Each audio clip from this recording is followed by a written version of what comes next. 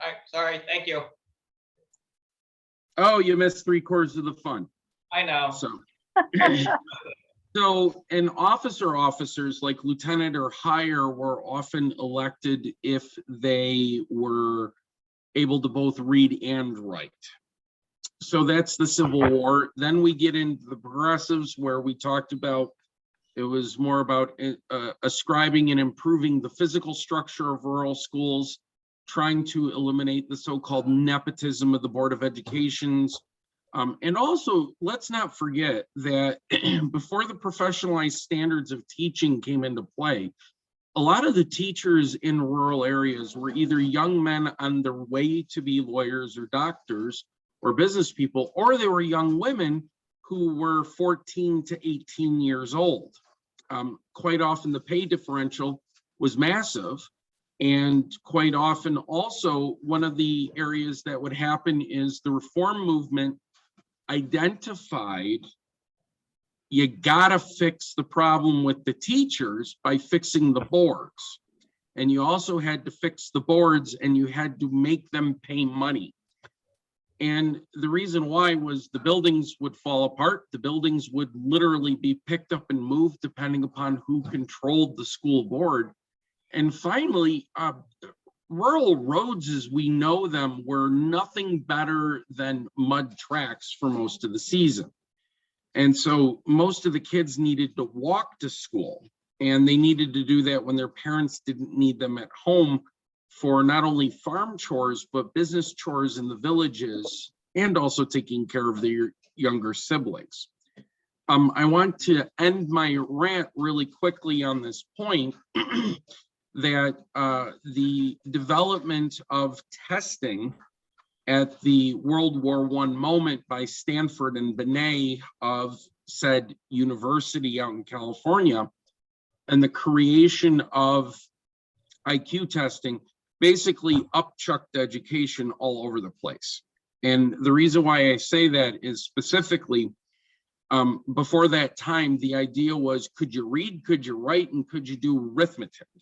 Citizenship was decided as, do you know an exam well enough to get out of school in 6th or 8th grade? And when the Regencies, which was New York State's idea of an entrance exam, not an exit exam, but an entrance exam for college, allowed people to say that they had completed a curriculum in high school that prepared them to go to a normal school, or because New York has this really great history, mostly private schools. SUNY was not created until World War II. Anita, did you want to throw anything in about pre-World War II, or anything about, we had just kind of batted around a few ideas, and you had mentioned immigration was really a critical issue, and the citizenship movement for immigration. Well, those were just some parts of it. I was thinking, I'd share with you once in our phone conversation that right after World War I in the early 1920s, that the tests that were created by the military were designed to see as a sorting mechanism of who would go into what part of the military, officer or enlisted. And those tests that developed the IQ test, which were then also used in the public schools. Mm-hmm. Yeah, and we have the sorts in the cities where if you were a recent Eastern European immigrant, you often were sent into urban schools because that's where you lived. But most of the time it was a Catholic school if you were Catholic, or a synagogue, or one of the yeshivas if you were Jewish, because the idea behind the immigration policy of the United States for a very long time has been, once they get here, they need to be Americanized, and they defined Americanization as Protestantism. And we also began to see the entrance of standards into our school system because we wanted a standard teacher, we wanted a standard student, and we wanted cookie cutter as opposed to unique and creative developments as they came across. You know, I got to tell you, it's unique looking into my personal history and my family history, where my great grandfather learned English, and I have some of his original school binder. They're essentially just paper books that are now approaching over 100 years old, of him learning to read and write English, and the letters he wrote in both Polish and English to Poland to his relatives who stayed. So it's an absolute treasure trove, and it tells us a lot about what the core mission of the American schools were. Not really to educate, but to sort and Americanize. Well, and reading English was a big part of it. Though there were three great waves of immigration into the U.S., with one of the large ones being 1888 through the 1920s, put it that way. And the last immigration wave was about the 1900s, 1920, 25. That time period is when my grandparents came here, between late 1880s and into 1915 region. And to what does it mean to become an American? A lot of that was, first you had to be able to read, somewhat write English, well, read and write and speak English, and take a citizenship test. Usually after, I think it's after 7 years, I have to look at the genealogy. After a person has immigrated, that they can apply for citizenship within 7 years, maybe it was 10 years. I'll have to look at all my former, like I said, genealogy research from on my grandparents when they applied for citizenship. And the census data, that was another thing, is the census data gives a lot of information about the education levels of folk. If you've ever looked at the census from 1900, 1910, 20, 30, 40, and then every fifth year, depending, in like in New Jersey, there's all the information about the names of the person, but also language spoken, level of education, et cetera. And that is a way of finding, or at least doing some research as to what was going on with the education system at the different time periods in our country as well. Mm-hmm. Mm-hmm. Spot on with that, Anita. And a lot of it was tied to this idea of funding. New York's system of funding or reform is well documented by Tracy Steff's book on the topic, where she looked at first how it was a book fund that was used to help schools, and then it became a state tax levy that was provided to match schools as long as they had a minimum number of days during their sessions. And also they had to hire different types of teachers. And the idea behind that was, if you brought somebody off the street who had not attended a normal school, you would receive a lower amount of state aid versus if you had brought in a trained teacher. Now, what was a normal school? For a lot of times, we no longer hear that, although we really should cherish it, because of the 64 campuses of State University of New York, almost all of the bachelor and master's degree granting institutions, as well as SUNY Albany, started life as a normal school, which was essentially an extension of high school to prepare folks to become teachers. It was the ultimate career in tech ed program. After a while, it became a separate 1 to 2 year course of study. And normal schools would often be led by the big thinkers of the world, folks that I'm sure we all may have read for a philosophy class, like John Dewey. They often published scholarly journals that would be in some ways the only professional development that made its way through the state. Thank goodness for the US Postal Service. And there's also interesting in how within the normal schools, there was this idea of creating a community of scholars, because quite at the moment, especially pre-World War II, there was a whole heaping bunch of religious issues in our school districts, especially in the rural parts of the state. And so the idea was, if you were Catholic and you were going to go to a Catholic institution, that was very different than if you were Protestant and you were going to go to a Protestant institution. So mind you, one of the goals and purposes of normal schools were to create a secular program. And also then what would happen is, as folks went out into the wilderness, essentially what they called it, or into the cities to teach, you began to see where a lot of times, especially younger female teachers were quite often fired from their jobs once they started to court, or once they got engaged, or if they became married, or if they became with child. And it wasn't until the 1960s and the 1970s where that was actually reversed. And it took a lot of unionization effort, and it took especially the New York City United Teachers to end those practices. So that's something that we think is interesting. I was going to say, I was pulling up information here that our own, as I know that you all know that here our SUNY Oneonta began as a normal school in 1889, Oneonta Normal School. That was, as you were sharing, Casey, as part of the founding of normal schools across New York State to train teachers, expand public ed. It was named, it was in Old Main, which is at the top of Maple Street, which still has the Old Main sign there.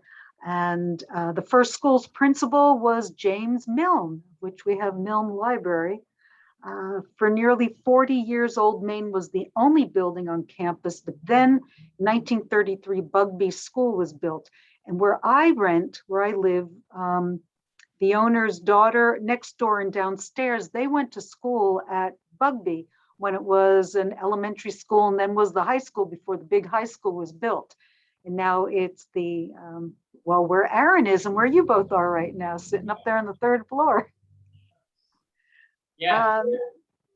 It's really interesting too. One of my retiree board people, she was telling me about how she had to leave the classroom because she was pregnant, and then she was allowed to come back afterwards. So it's really not that long ago that happened. Mm-mm. Keep going. No, no, I was just, that's just like you were saying though, Aaron, it wasn't in the grand lifespan of time, it really wasn't that long ago. Mm-hmm, mm-hmm. Yeah. It's funny you need that connection though, because to me, when I hear the stories about that, that's a long time ago, until somebody comes in and goes, no, that happened to me. And going, oh, that is that close. Yeah. Now, New York has had a number of commissioners, and the USNY, the University of the State of New York, which is the umbrella organization for SUNY, CUNY, the K-12 public schools, et cetera, was not well organized until the late 1890s, when the first commissioner of education, Andrew Sloan Draper, was recruited and named. Andrew Sloan Draper, as commissioner of education, had two major points on his mind. The first one was he wanted to create a unified system of education across New York. And second of all, he wanted to increase the standardization of how we defined a graduate from mostly the junior high.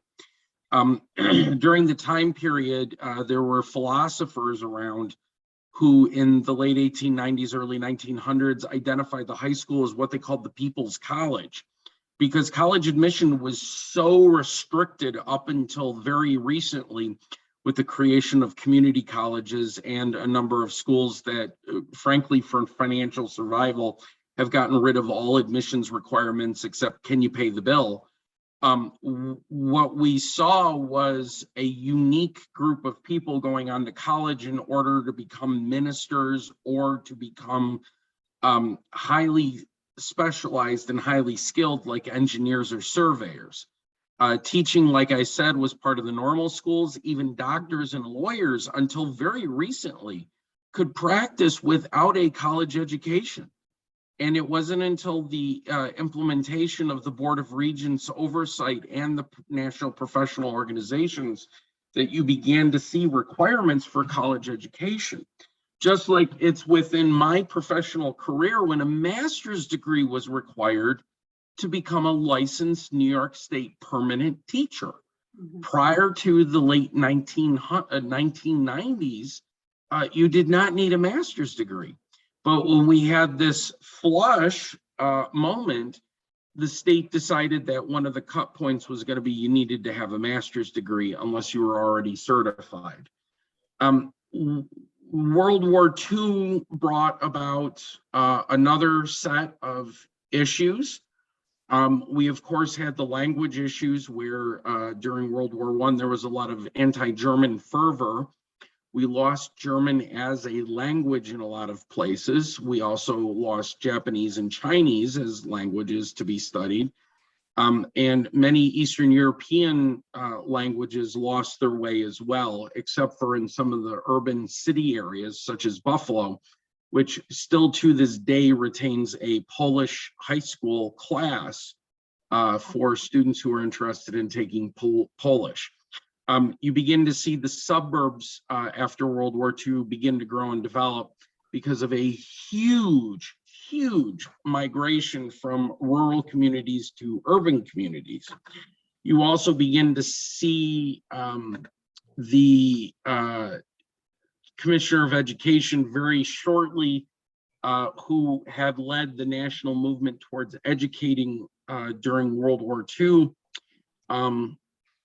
begin to say that, look, folks, we're in trouble on the science way. We've got to do something to ensure that we beat the Russians or the Soviets at their own game. Once more, school reform in urban areas meant get more kids to school.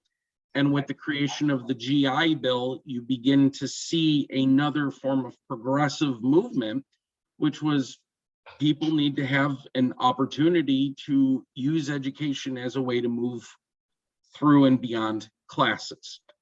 With increased suburbanization post-World War II, you see Amityville and Hempstead and other communities on Long Island become the first suburban schools. And you also begin to see... We got a new person. I wanted to do a few introductions. Can I interrupt you? So, sure. So why don't you introduce yourself and then we'll get around to her. I'm Casey Jakubowski. I'm a visiting instructor at SUNY Oneonta in the elementary education department with a specialization in rural education, social studies education, and civic participation. Joining me is my amazing colleague, Anita. I'm Anita Levine. I teach in the elementary education program up at SUNY on the Hill. I teach in the early childhood ed methods, and occasionally at the graduate level social studies. And I'm Aaron Sorensen. We've met before, so I'm the director here. And Gary, I was an English teacher, program director, and currently volunteering here because I'm home. I am Margaret Hoos. I am a former SUNY faculty member for SUNY Morrisville as the early childhood person. And I had the opportunity to be on a hiatus from life for a while. Joining you on hiatus from life, I am Richard Downey. I started teaching in 1959 in the South Bronx and had some administrative jobs at the Board of Education and the school board member over at Untitled for 25 years, recently retired. Oh, don't forget the big one, What's that? that you started the school. I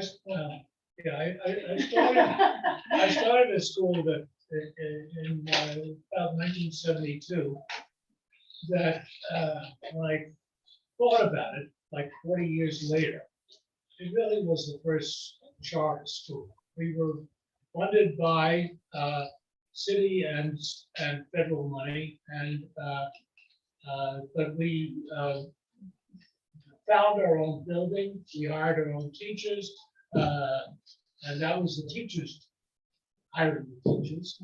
The sponsor, we were smiled on by the UFT, and it really worked. It's still in existence, but it's no longer a charter school. It's now IS 261, the school for writers and artists, junior high school for writers. Just have a mothership school. Thank you. Cool. And that it still existed. That's awesome. That's really great. Thank you. Yeah.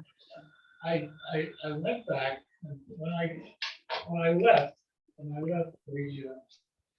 the faculty gave me a job tag. They said, my name is Dick Downey. If lost, return me to the home. And I went back to the school, and downstairs, it's now housed on the 4th and 5th floor of an existing school, and presented to security. We had no, well, we had security. We had Oh, Carlos. Carlos, who was a member of the Savage Pagans. Okay, so, they presented to security. I said, "Can I get in?" And no, I had to be rung up. It was in a firehouse, small firehouse. Huh. Yeah. But that's it. Something. Wow. So we got to Casey, you were saying, suburbanization. yeah, you were saying, when you were talking, it reminded me to share something, and now I can't remember what it was. It'll come to me. It'll come to me. It was before World War II, about, or right after World War II. I'll think about it as you go along, and then I'll say, well, let me come back to. Yeah, absolutely. So the Commissioner of Education post-World War II had been in charge of education for troops during World War II, found out that they were sorely and horrifically lacking in basic science knowledge. The idea was to create the GI Bill. Well, as part of the GI Bill, not only did you need the GI Bill, but you also needed to increase your teaching force. And so what happened was you begin to see calls for, in New York State, consolidating 1- and 2-room schoolhouses into central school districts. And we have a bit of a fight during the time period in some places because they definitely wanted it, but in other places they did not. We also see on Long Island with the creation of places like Amityville and Hempstead, you begin to see de jure and de facto segregation. You also begin to see the real sprawl of around all of the major cities and the post-World War II architecture of the late 40s, early 50s, and the baby boom. The baby boom created such a crisis in education because the schools weren't big enough. They had been built as works progress administration, many of them in the late 30s to try to help with the Depression. Once World War II hit, the government went, yeah, we can't do that. And so they decided to do triple and double shifts, where in the morning you'd have half the kids attend school, and then in the afternoon you'd have the other half the kids attend school. That was a feeding frenzy where they were hiring people left, right, up, and down who could teach. And basically what they asked was, can you breathe? If you can, yes. College under the GI Bill absolutely exploded. And it created a huge wave of people who not only saw teaching as a real calling for a profession, but it also created a stability for a lot of communities, because a lot of the teachers, while still single women, created a safety net for a lot of communities that had never really existed formally before. It was a very informal process. Yeah, GI Bill. And so where does that leave me? Go ahead, Anita. I remember now. I've been writing it all down, so I remember still. Something that you and I had talked a bit before, Casey, just before World War II and especially afterwards, regarding children working in the factories. So we're still looking at urbanization. Right. Before there were child labor laws, the families, especially of immigrants, because the last great wave of the largest influx of immigrants from Southern, Southeast, and Eastern Europe came approximately that time frame. Mm-hmm. And the kids were in the factories or in the sweat houses, the sweat, right. Sweatshops. Thank you, sweatshops, or in the houses, et cetera, and the labor laws were put in place to get the kids out of the jobs that the men needed, especially after they came back from the war. Mm-hmm. So the age legislation that's when the legislation started as to the minimum age that kids could leave school. 8th mm-hmm. grade was mm-hmm. like, this is it. And so, the minimum grade level. So they couldn't just not show up to school. Then there's all that with the truancies, the truant officers, which I remember very well in the 1960s, going down the street, looking for those of us who were skipping out of school. But definitely the men coming home from the war, needing jobs and getting the children out of the schools. Mm-hmm. So I just wanted to remember to say about that. Yeah, and there was also, and thank you, Anita, because with the Great Depression, then with the World War II efforts to get kids out of the workplaces, you also began to see movement by the federal government to try to remove, especially post-World War II, as many women from the workplace as possible. So they would team up with Red Book, Better Homes and Gardens, Women's Daily, where they would talk about the idea of the mother and the mother in the home and the homemaker. And it became almost a push where the only acceptable ways to get out of the workplace were jobs where females were teachers, females were secretaries, nurses. So there was the idea that the creation of education systems was really built upon the labor of extraordinarily underpaid female teachers. And the high schools were almost 100% male dominated. But, the other thing I think that's really important to understand is this idea that for a lot of the school districts, especially in New York, the regents were never really something that was essential until you began to see the post-GI Bill. And with the baby boom and the inherent competition for college placement and the creation of SUNY, you began to see students now taking the Regents exams and moving into SUNY because of the Regents scholarship that happened for all students if they did well on the Regents exams. The other area we begin to see is with SUNY itself and the absorption of so many normal schools, technical schools, and the literal creation out of thin air of SUNY Stony Brook.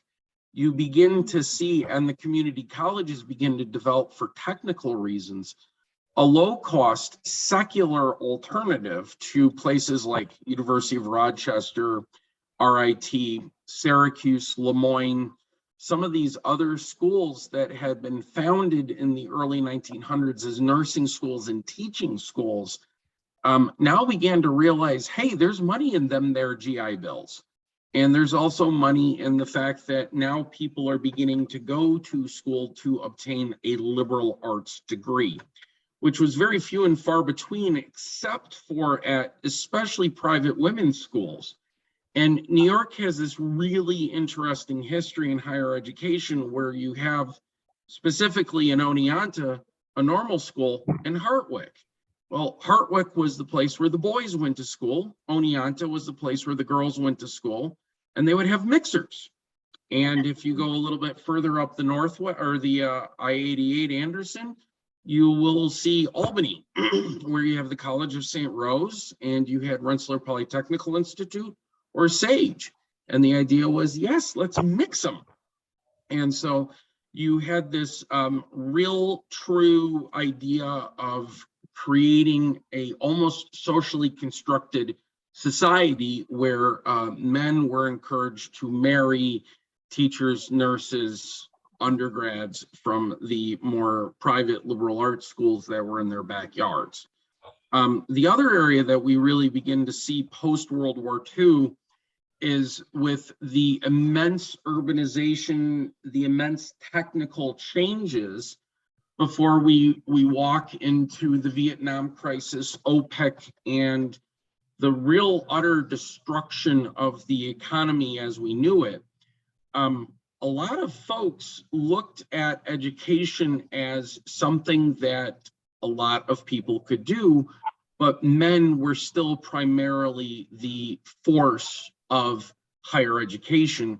Women were seen as teachers, caretakers for the elementary, but it wasn't until we began to see some changes brought about by the unions where equality began to happen. And high school teachers began to go into more female forms, where thankfully now it's an equal opportunity. It's not really something where you hire for gender, you hire for best practices. With the absolute collapse of the economy in the 70s, we saw 4-day-a-week schooling, we saw less busing. We also began to see a lot of societal justice and requirements to change so that we didn't have de facto or de jure segregation anymore. Large urban school districts began to be integrated, which led to horrific suburban white flight. You also had the creation of what's known as sundown towns. Long Island are some really horrific examples, but upstate New York's got quite a few where African Americans and Latino Americans were not allowed to be in the towns after sundown. You also have a real horrific ringer from back in the day where our sororities are still not allowed to throw a party with alcohol at their houses because it falls under the bawdy house law. Yes, we equivalent them to prostitutes. So if the sororities wanted to throw a party with an alcohol, they would be all arrested for prostitution. This is something that makes you wonder why New York State Legislature still does not allow changes, and also says that you can't walk a bull on down Main Street at high noon in Herkimer. Probably has to do with the bull getting loose in the 1800s. The other area that happens in the 70s is you also begin to see a lot of rebellion against schools and this rhetoric where schooling was not preparing children for life, the universe, and everything, but rather it was sucker punching the taxpayers into creating crap. And so the accountability movement is born, and we have its official birth date with, of course, that very famous report that came out of the Reagan administration. Nation at risk. Yes, Nation at Risk. And with the creation of the Nation at Risk, where the opening, one of the opening lines is, if an invading power had imposed our system of education upon us, it would be considered an act of war. Ladies and gentlemen, that is, to say it politely, the beginning of the end of teacher professionalism. And it also created the standards and accountability movement, which led us through the Reagan administration, the Goals 2000 of the Bush administration, the Clinton administration with how we're going to advance the world for tomorrow. I'm trying to remember what he did, but I can't remember because some last name keeps popping to my head, Lewinsky. And then, of course, you know, you had the second Bush administration. What's that? No Child Left Behind, then Race to the Top. Yeah, and that comes in 2001 with the idea that we needed standardized testing to prove that all children were indeed succeeding. No Child Left Behind under the Bush administration was actually something that Diane Ravitch writes in her books. That was actually the imposition of the terrible system. Because also what happened was the Supreme Court ruled that NCLB, because it was passed in 2001, superseded the IDEA, or Individuals with Disabilities in Education Act, which means that children did not have a right to their accommodations on the state testing. Really interesting and ironic if you think about it, because it set back disability advocacy almost 60 years. The other area we began to see was the rhetoric of we need to hold people accountable. We need to audit all of the money because we think that people are stealing it. And that was because one BOCES district superintendent was making almost $1 million and happened to fly a plane. That's right. Imagine that. Not only did you get mileage, but you also got air miles too. Talk about a sweet gig. The final area is Every Student Succeeds Act, which is a monstrosity that came from the Race to the Top. It was just more of the same. And so we have a really great book by Jason Servine called Neoliberalization, Reform in American Education. And it looks at the concept not of students who are trying to find their way and try to find their own, but as widgets or cogs in the machine that are going to not only create citizens, but also workers and now consumers. And what I wanted to wrap my little rant up with is technology and the creation of technology. One area that we need to understand is technology has always been in education. Chalk and slate boards are some of the first examples, but when paper and pencil became common, there was an editorial written in the New York Federation of Teachers from a leading scholar, our own Commissioner of Education, that said that paper and pencil will never become the modus of instruction because we will never be able to have paper and pencil cheap enough to allow students to make errors and mistakes. Whereas now with chalk and slate, you could just erase the mistake. So it's interesting and rather ironic that we have now moved to every single person on the planet practically carries a phone with them, which is like a computer. And yet we still have places that will say, no, don't bring that device to school. It will create chaos. Our children nowadays that are going through school, they have one major advantage over all of us, and that is their brains are still pretty elastic. And they are used to using the technology to create their own content. I guarantee you, we have companies out there who are creating virtual reality field trips. It's just a little expensive at the moment. But any child with an internet connection and a phone or a computer can tour the Great Pyramids of Giza. They do not need a Giza to tell them about the pyramids. So on that note, I want to thank you and turn it over to Anita for her thoughts, because she always has some really great thoughts. Thank you so much. It's only when I'm asked questions, then I can come up with some ideas. So there's really not anything that I was going to speak about much, because I wanted to learn more about rural education, which you shared a lot as a broad brush there. The only thoughts that I had from the last time we met together was this idea of progressivism. And I know that we were talking at that point, like progressivism is not just one thing. There's progressive era, the progressive movement, the progressivists, the progressive, whoever was running, was it Eisenhower at the time? I don't know my presidents very well. What was considered to be progressive with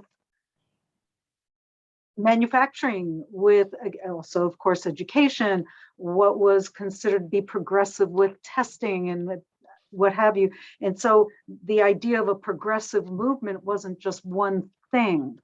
Oh, it's progressivism, yay, progressivism. It was multifaceted in a various strands or various threads.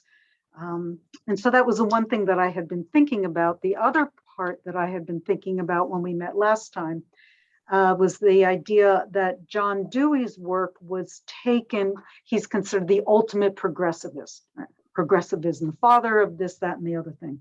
And that his ideas were taken and twisted as to what did experiential learning mean and look like. And one of the, I forget which, so many books, I can't remember which book was what and who wrote what.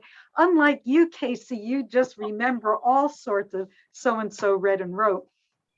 And here's the author, that's why I write it down, that Dewey supposedly was interviewed and said the way that the educators took what I was writing about regarding experience and experience and education is not what I meant.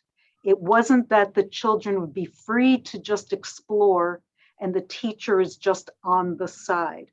He said that, I'm going to say it in Anita's words, they bastardized what he was getting at.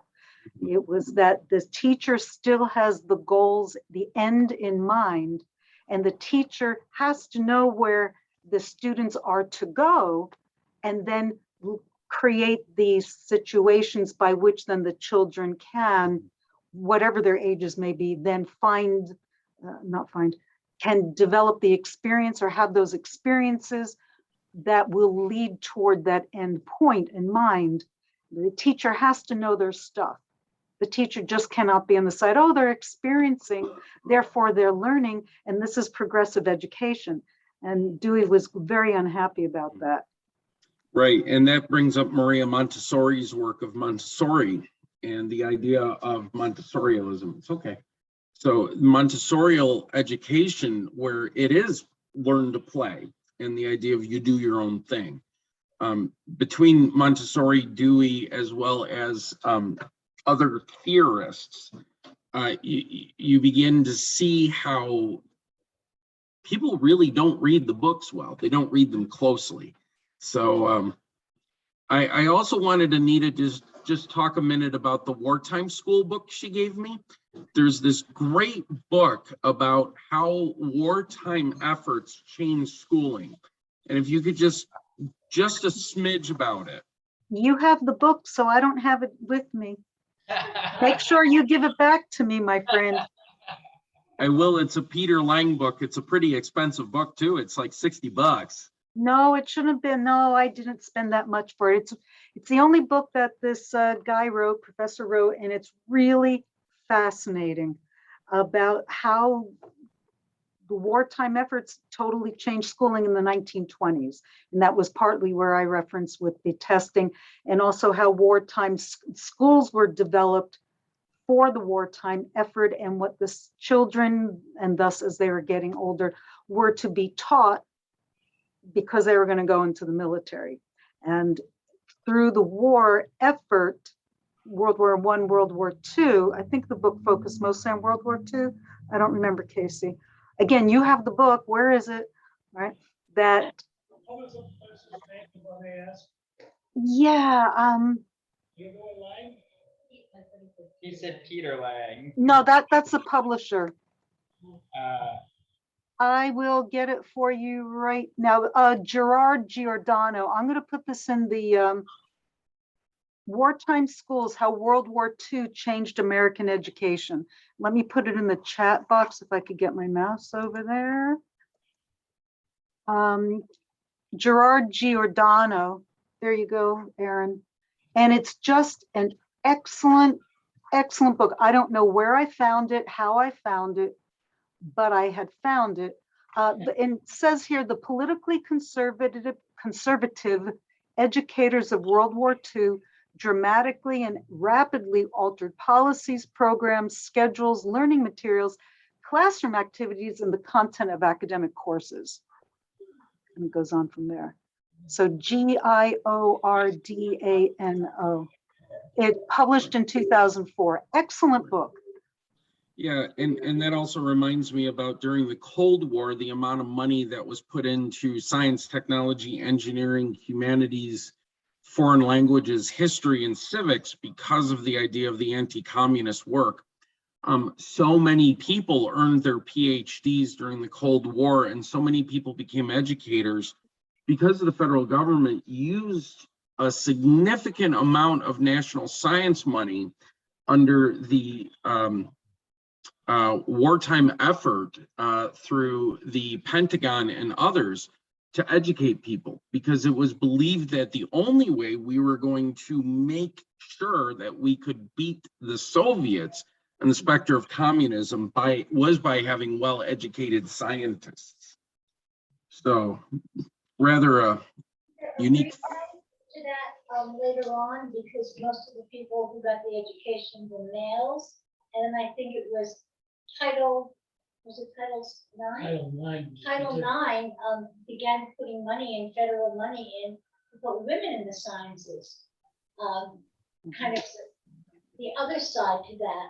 Yet they still let men who had experience in industry and science professions teach without a license. Mhm. Mhm. And then the flip side of that was the back to basics movement. Yes. And then Bill Daggett, have you ever heard of him? Oh, good Lord, yes. And so according to Bill Daggett, he says that the last reform was because we weren't preparing our children well enough to serve in today's military. So the footprints are still all there. Eisenhower did say, be aware of the military-industrial complex.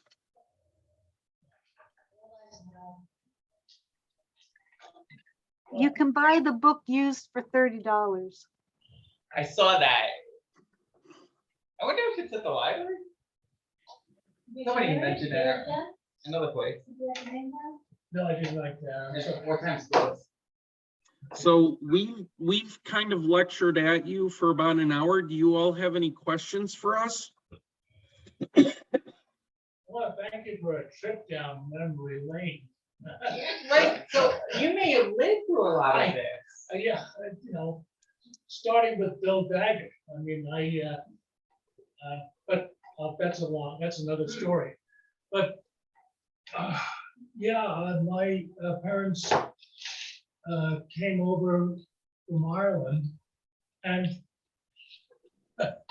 my father from Ireland by way of Argentina, South America, Australia, Santo Domingo. They came over in 1921, and what you're describing is, it rang with me. Then you talk about the World War II. Again, that's why I'm interested in that book. I went to parochial school, but I'm familiar with that era. I joined. I became a teacher by default. I didn't know any. I knew two things: basketball and school. And it came time for me to get a job. I didn't know where to go. I became a teacher up in the South Bronx, and that first year was certainly an eye-opener. But there was something happening in the schools. It was called the UFC. My friends were getting out of college, and this is 1959-60. They were going into industry. They were getting starting salaries about $6,500 and a half up to a lot of people That was a lot of money in those days. I was starting out at $4,000. My friends from high school who went into the sanitation department started at $5,000. The U of T, because of Al Shanker, Charlie Kogan, all of those guys. Well, Charlie Kogan was older, but the Shanker and his crowd were all ex-GIs, social studies students. And they said, we can't support a family on this kind of money. And they started the union. And it was, it started off, I have an article someplace, I hope I can find it, with Shanker talking about accountability and his ideas on accountability. So it's accountability has always been part of the union, their idea, but they said your accountability is not exactly what we look at, And anyway, you take me down memory lane. And thank you. It was a wonderful presentation. And other ideas. Yeah, Did you- thank you, Casey. You're the one who knows the information. You've been living it a lot with writing and researching. Well, not living, actually. The Science Foundation. I took some. I was, when I was hired as a teacher, the only job available was in math. I was an English teacher. I took, that was my license that I passed. And so I took the job because it was a pretty good school, even though in South Bronx. And I didn't know much about math. So the National Science Foundation sent me to Colgate for a few summers where I took math courses. And so, again, a lot of these things are ring true with what I experienced. But I like Bill Daggett, okay? I had a job finally in the Board of Education where I worked in a two-person office where we were the liaison between industry and the Board of Education. And we advised on curriculum trends and equipment. And Bill Daggett at that time was up in Albany, and the guy I worked for, and he would correspond. So I had to do the rough drafts of the letters, which said, "Dear Bill Daggett," and that was the only friendly part of the letter. But I've heard him speak, and I think he speaks true, that nowadays kids are with the computers and with the, they have to have more than just an 8th grade reading level in order to understand the manuals that they will be given to fix the machines or whatever. Right. They have to just to operate the machines. Watch the videos. And that's what I was gonna say. I think reading in some ways could be an antiquated teaching method, possibly. It's not there yet, but. But anyway, thank you. It's a lot of fun listening to you guys. Yeah, I remember, in the early 70s or so, when the whole movement, especially men with the draft, you could go in Peace Corps, or you can go in, I think it was AmeriCorps and teach. And I knew some, I had some friends with boys friends at Cornell who had degrees in architecture and engineering, and they ended up teaching in Harlem. And they weren't crazy about it. I mean, these were not professional teachers, but, it was an escape from going into the draft. And so you created a whole bunch of, I don't know what the classroom situation was like, but you had those things going on. Yet it was also the same time that alternative education was rearing its head. I mean, what I remember about Montessori, she had structured tasks in learning as well. It wasn't just open, her approach. And, I spent just a little bit of time there. Then you throw in something like Summerhill. Yeah. And there were so many Yeah. other options that could happen. And then it comes along, the experimental research-based phase in education. And then there were standards and competencies that had to be met. So we went through, it seems like we're dealing with the same issues and we keep giving them different names. So Want to hop in just one more thing. The standardized tests. I had an interesting career in the Board of Education. There was a dry period where I was sort of, I was licensed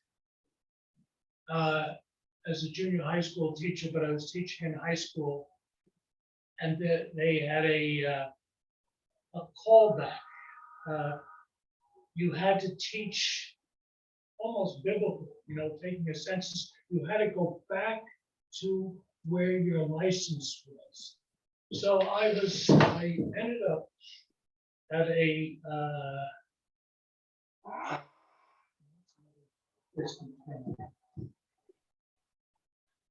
I ended up at a place called Satellite Academy for Career Education. Well, it was a satellite. It was not the academy. Socrates would be rolling in his grave. Heard this. For career, there was very little career and very little education.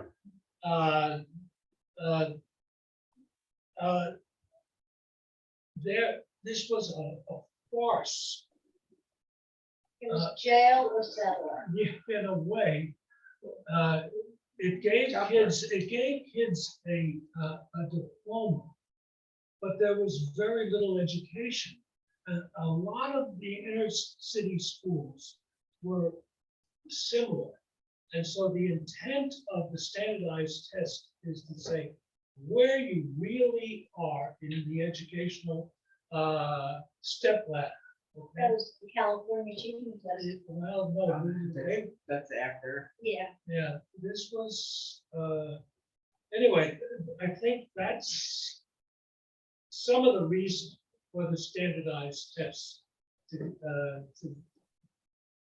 Well, once the test is used in the military, then it's brought over to the schools. So Yeah. sorting them, reading the schools. Yeah, but it also gave a true I picture. think of that what could be they- argued very much of Well, how I- much because we're still trying to norm reference all those tests, and that's getting done periodically, and it's hard to say that. What they really measure. Right. Well, I can't argue from the technical. I'm not that experienced Well, in satellite testing. That's never okay. had tests. The courses there never had tests. So to kind of come up with what you might have accumulated knowledge-wise, they gave standardized tests. In order to see where exactly the kids were, and I'll tell you, we were graduating high school kids with the 6th and 7th grade reading. Yeah, right. I was being generous. And it can depend on who's interpreting and how it's being interpreted. I just know I came through with my special ed kind of stuff. Right at the end where we were talking about how IQs were a terrible way to kind of be putting kids in boxes, whatever. But I met an old school psychologist, and he just looked at the EQ of the kid, and he's like, "Oh, so this kid's got this characteristic, this character." I'm like, "Holy cow, you're spot on!" So, I mean, maybe it's because I was young and I didn't really know what I was looking at or whatever. But I was shocked at how good he could nail somebody just off of a number. Well, they matter more. They mattered a lot to a certain generation. You know, the IQs too. Margaret, we haven't heard from you. I've been contemplating and thinking, for 45 years, my background's been early child. I remember as a student in high school, I went to BOCES. And I wanted to be an interior designer or interior decorator, as it was called at that point in time. And so my guidance counselor said, well, Margaret, we don't have that here, but we'll let you go to fashion design. And I went to the Westbury BOCES on Long Island and got in the room, and every student sat in front of a big table with a great big ironing board, a drawing table, a sewing machine, a serger. And I looked at the drawing table and saw pictures on the wall of people. And I drew stick figures and couches because that's what I wanted to do. Yeah. And I remember going back and saying to Mr. Chef, you gotta get me out of there. They said, they're drawing people. There's no way that's gonna happen. I'm gonna fail this course. It's just not gonna work. And he said, well, Margaret, you know, this is what we planned. I said, I don't care. It can't happen. I'm not going back. And he said to me, well, you know, when I sent you to social services to do that little practice of things, you really liked setting up the playroom. So how about childcare? I said, I'll do it. I'll do it. If you get me out of that room, I'll do it. And so the next day I was in childcare, which is now called early childhood in all the BOCES. And it was definitely a mix of students. I was probably one of two students that was college bound in the program in some way, but I didn't know I was college bound. I was afraid of college. I was taking Regents courses, but afraid of college. Neither of my parents had gone to college. I was the oldest child. And my teacher at BOCES apparently had been part of Bank Street and really gave me a lot of good, solid training. And I remember she had said, Thanks to College of Education, and I was in school. and it's a strong early childhood school. I think Lucy Sprague Mitchell was part of it or something. They had your own Bank Street readers. Yeah. So it was just a fabulous experience where I soaked everything up, and she made sure I had really good placements and would really ask me different questions that you could tell. She wasn't asking the others, I knew that, but she really kind of kept me going and sort of let me feel like I had a place with children. I learned that going to the Great Neck Community Nursery School, which was at the time all former Bank Street teachers too. So they really helped me see what good play looked like, and that you really played with children. You just didn't sit. Right. And it was fascinating in high school to have this experience. And I remember then going on and trying to find a school, and my guidance counselor went out on surgery, and the other guidance counselor told me I was never going to get into college because I'd wasted my time in BOCES. And the BOCES counselor said, Margaret, why don't you just go look at a couple of colleges? And I went around and looked and settled on Cobleskill because that was a strong early childhood college. And once again,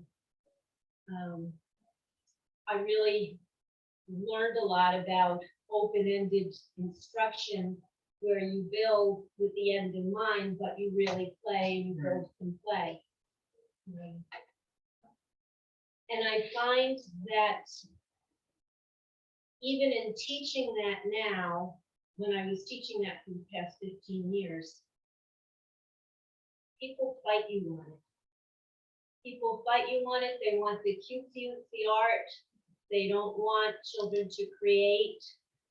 They don't, if I teach a student how to do that, and I'll go and I'll ask how the student's doing, the teacher will say to me, well, she didn't come with a model, so the children didn't understand what to do.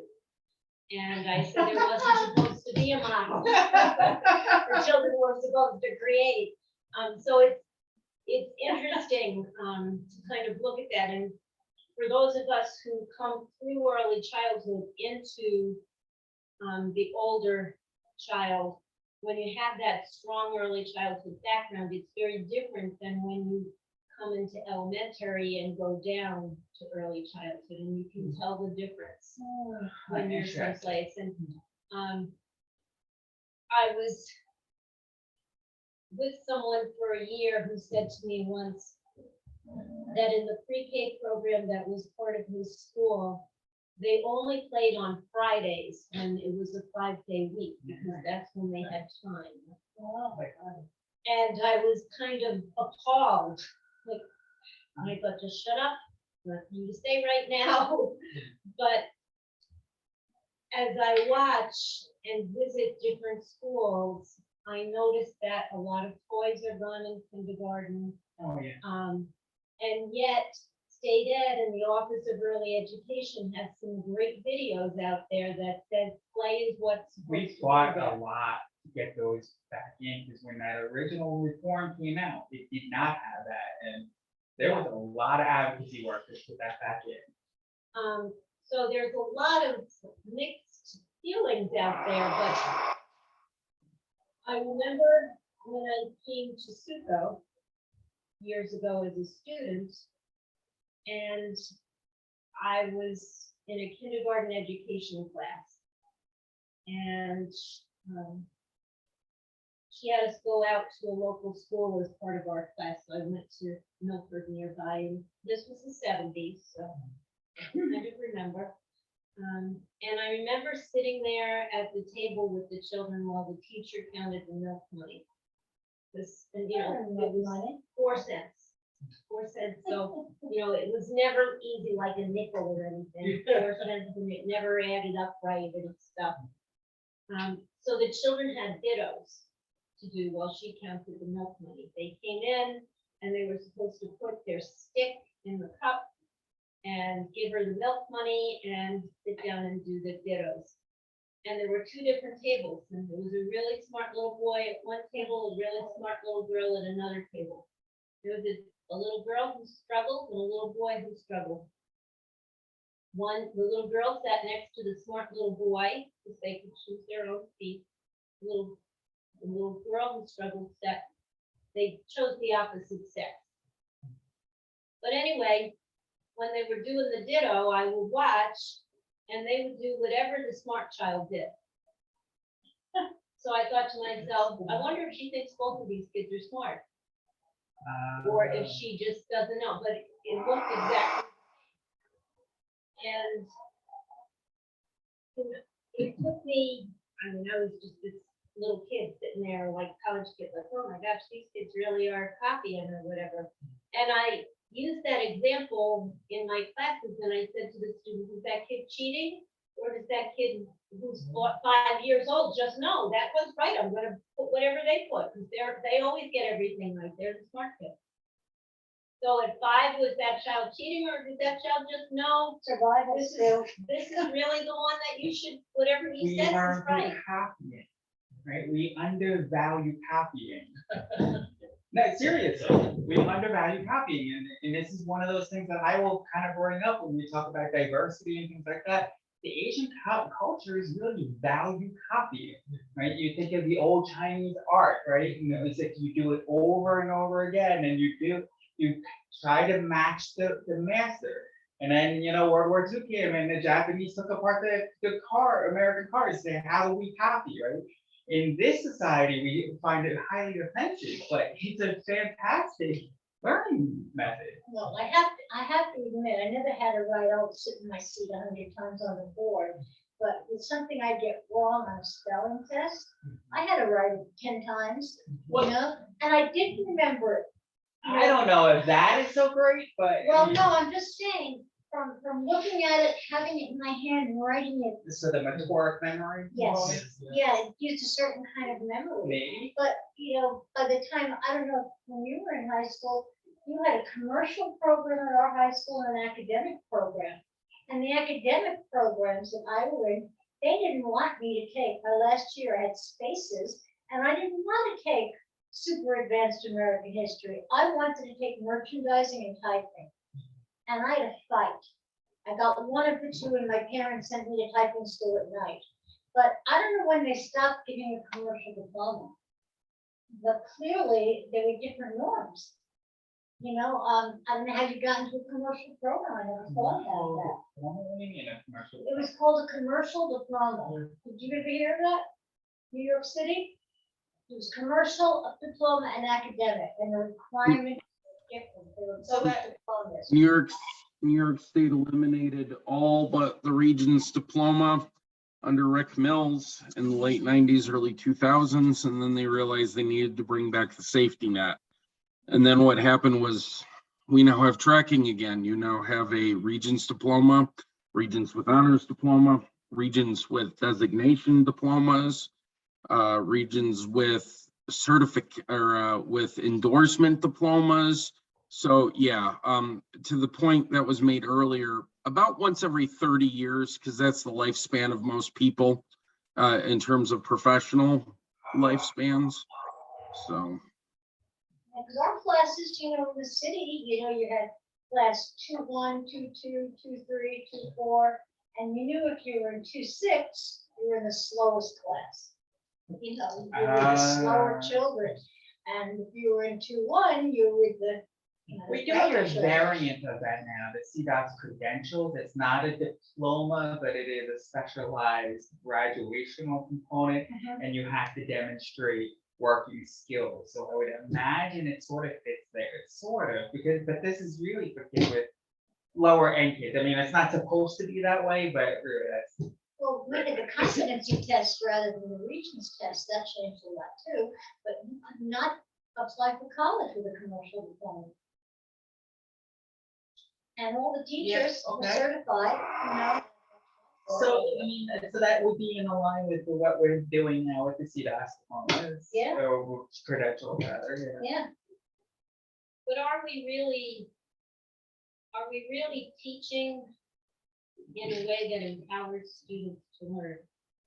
I think that, That's a good question.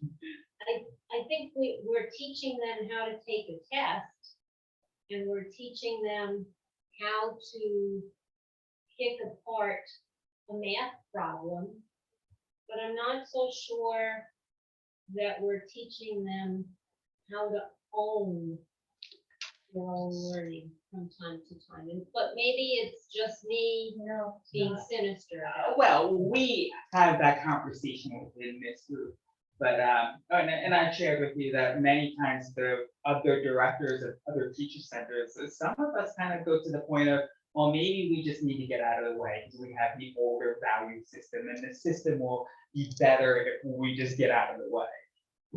I don't know, but I'm curious about the idea of empowerment of learning like that. If we know we have a structured system like this that we currently have, right? Do we work towards that system, or do we work towards what we believe is correct? So if that's not being clear, here at the teacher center, right? The current teachers have to have 100 hours of CPLE every 5 years. Well, that's not very much at all, right? And unions have gotten a good job of getting people to go, hey, if I'm gonna learn something, I should get compensated for it, right? And so there are certain values that are okay with that, but on the other hand, it doesn't help with that idea of lifelong learning, professionalism, and all that other stuff. And so the quandary that I'm often kind of trying to figure out is, do I go and really work with school districts to say, can you please pay the people who to come to our programs, and and do I play that game, or do I say the good values are for those people who really take learning themselves, right? And then seek empowerment themselves, right? So I'm trying to play that game, and what are your thoughts on that? I think one of the things I've noticed, the first semester, that some students are with me, they have to grow into college. Because I'm at a I was at a two-year school. And often they don't always have all the skills that they think they have for college. And the idea of reading and writing an essay or a response that's more than 2 sentences or 2 words. Is that sort good of- enough? Like I just told you, why do I have to say what you learned? Right. And I mean, Forget about rewriting. Forget about that. and Hey, Aaron, Yes. Aaron, can I ask a favor? I'm gonna have to bow out. I need to get going for a dinner appointment I have. But I want to thank all of you for the opportunity and hope we can continue this in the new year. Yeah, Thank you. so we're gonna do it again next month. What are your thoughts for a topic next month? I'm gonna have to get back to you on that one. All right. All right, thank you. Thank you. Thank you. Very See your time, yeah. comprehensive. Okay, so Thank you. thanks. Thank you. Thank you.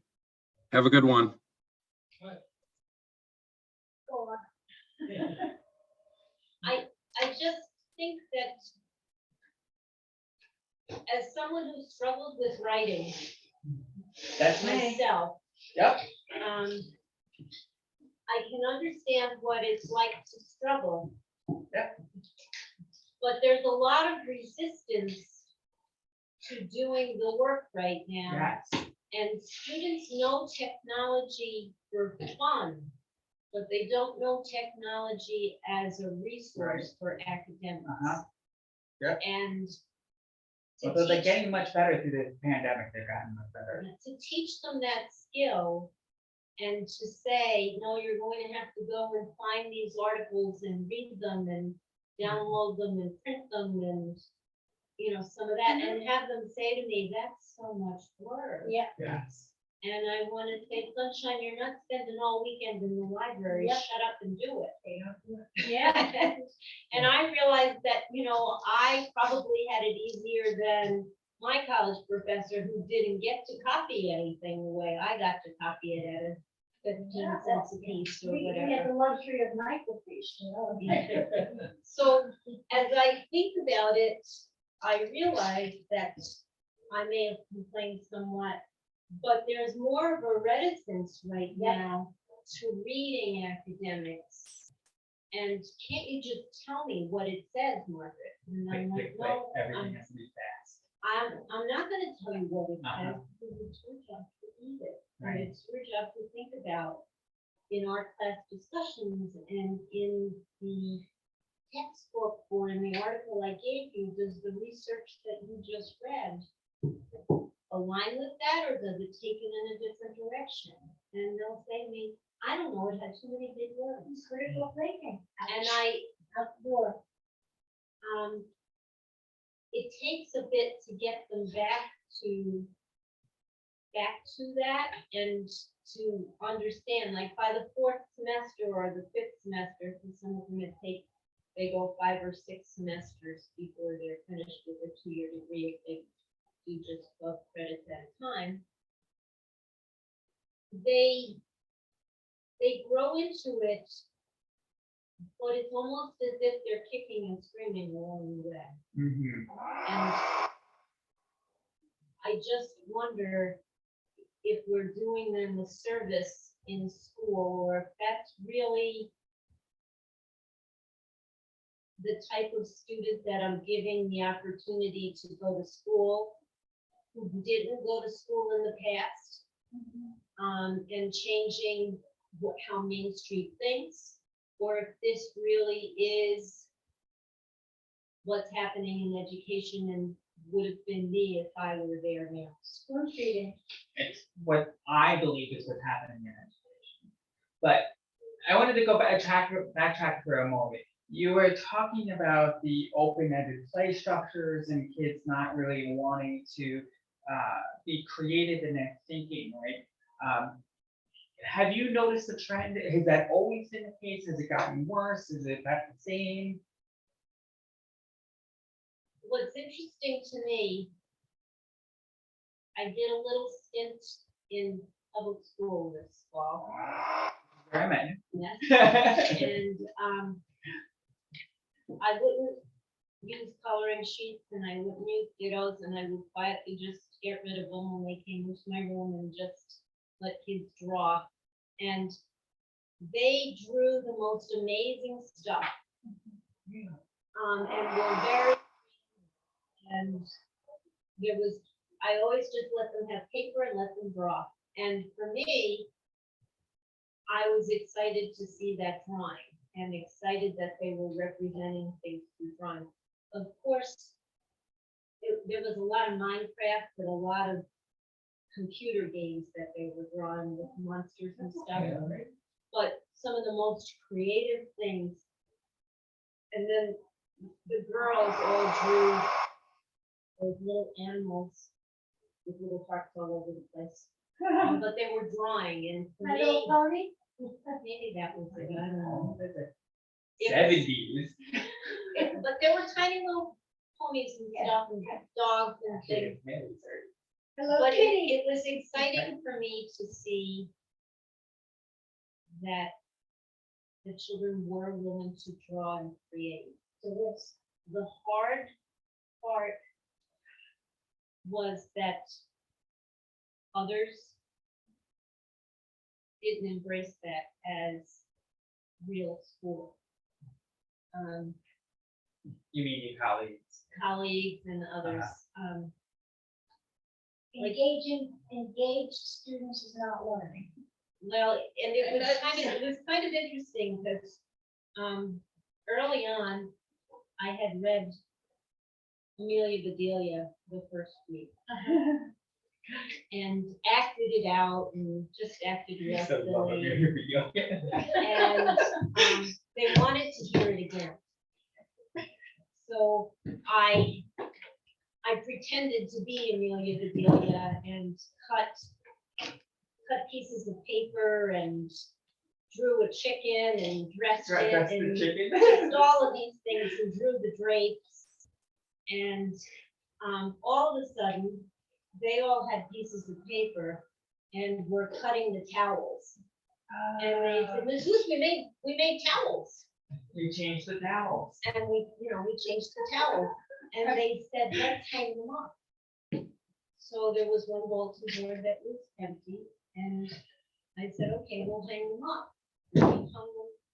And they were so excited. Like, aren't people going to think that it's so fun that we did this? And everybody looked like, what's that? And they said, oh, we made towels from Amelia Bedelia. And Teachable moments being used. And I just kind of thought, wow, people don't see that that was acting out the story, that we're seeing the difference in change, and that we, had all this other stuff all within. And, just kind of, well, did they read the story? No, I read it to them. And we talked about words and the feeling, not understanding words. And just, well, we have to read that story. We have to read that story, but I don't have enough books to pass around. And Making No, We haven't read it yet. we haven't read it yet. Well, there's no data points to be collected in the way you were teaching, and I heard they all want data points. So it was heartbreaking in some ways for some of that. But you did good. But it was, for me, it was, the time was solidifying as to understanding how I teach and why I believe what I believe. And that it's okay to embrace pieces of what we're doing, but then I think it's also okay to question some of what we're being asked to do and say, is this really child-centered Mhm. or is it data-centered? Right. And can you have quality and document it without being data-centered? Right. And I don't know, and I think that there's a lot of children today who are struggling with emotions related to some challenges that all have been facing their families. And we've all had those challenges in the past. But I wonder how many times we have let them come to surface in the past or just buried them. And now I think as educators, we are pretending that social emotional learning is important, but we also have that amazing test score. And I just kind of worry that social emotional learning, if we're really not paying attention to it, we might as well all practice a lot of active shooter drills. Because it just sort of seems like we're missing something. Well, it seems a lot of surface everything, right? So the social emotional, do I have the high five sticker that you can run in and tell me how you're feeling, right? Something that looks cute on Pinterest or on, Feeling struggle. right, like the TikTok kind of thing. But like back in the day, we would have had creative writing where we would have been going, yeah, my mom did this at home, and we would have had a release, and then for a place for a teacher to pull you aside and say, hey, what's going on, and like a real deeper personal. I don't know. I guess There was some talking, there was communicating. that's what the sense that I get. I just get a sense of everything has to look cute and not necessarily getting to it. Or back to the play thing, right? Like you play, you act out those things, you dramatically feel those things, and you get to understand through play. And we put so much of that. But I think that there's a way you can build academics I believe so too. and play. I Yes, don't think it has to absolutely. be either. Right. And But that's where the good teaching comes in, and that's what Anita was saying with the end in mind, right? You provide that play opportunity, and then you're driving the conversation towards the things that you need. I mean, I remember when I was teaching Head Start, I had children who were readers. And there was the picture, the word, and price. And I had a little pad, and the children could sit and take orders. And the person who was helping me came and said, did you realize these children are reading? I said, yeah, that's why the menus. That's why the menu's laminated. Another time, it wasn't laminated, it was the clear contact or whatever, but it was so that I didn't have to make it every single time. But I don't think people understand that. And I remember saying to my students in a class one day, think of the difference if you have a worksheet about body parts and if you play like Doctor with teddy bears and dogs, and the kids can come in with their broken teddy bear, their broken doll or whatever, and they have to write down the patient's name, what's wrong, and there's a little chart that says, is it the arm, is it the leg, is it the head, and they have to write all that down. How many times are they going to be willing to write that compared to the one time they're going to write the worksheet? On the worksheet, we have the arrow pointing at the wrist kind of thing. And then they come up and say, how do I spell wrist, right? Because they're now driven themselves. So I feel as if we're at but sometimes I'm not sure if the teachers who have been saddled with so much documentation and training that looks at things from a more traditional setting, understand the value of that play. So we need to teach value of play. Yeah. So it sounds like a great class you can provide for me. Actually, did I tell you about the children's museum that we have? Mm. Yeah, so I need to rope you into that. Oh. Because that is the entire purpose of the whole children's museum. When we saw that reform coming up, we knew that play was getting squeezed. And so we designed a children's museum to have a space and place for kids to play. Because whether we like it or not, parents are really busy now, or at least they perceive to be busy. So that idea of I sit down and I play with my child, we need to schedule that in there. I probably shouldn't have to, but that's the way it is. And so we wanted a space that you could come and schedule playtime with your child and then to have other play opportunities. And of course, it's a nonprofit organization, so you have to do some of the light and fluffy stuff too. But yeah, but I'm hearing you, I'm with you. And one of the things I wonder if we could do with that place over there, the children's museum, I loved your idea of, could we have play dates where you help parents learn how to play with their children? I think there's a lost skill. It is a lost skill. It's a lost skill for teachers. So, Yes, but yes. it's I'm glad I grew up when I grew up. I'm maybe 7 years old. And all we did as kids was play. You Go- played go with out. my kids. Oh, yeah, yes, it did. But one time saying, I mean, my memories right now are going out into the lots. Yep, right, I would say the same thing. yeah. And building huts, making up games and sort of shaping our area so that we could play baseball with rocks as first base and another rock. It was Imagination, right. right? It was Yeah, it's it was a peanut squirrel. Yeah. There were no parents. You went into parents you met at lunchtime, or maybe at supper, and then you were out again. And it was all and that's And that was my world as well. And it was also a little bit of my kids' world, yeah. but I grew up at the very end of that. my my kids grew up here upstate and I grew up on Long Island. Mhm. I was not active in sports, just one little section of the year or was real sports night or something like that. And what I seem to remember is we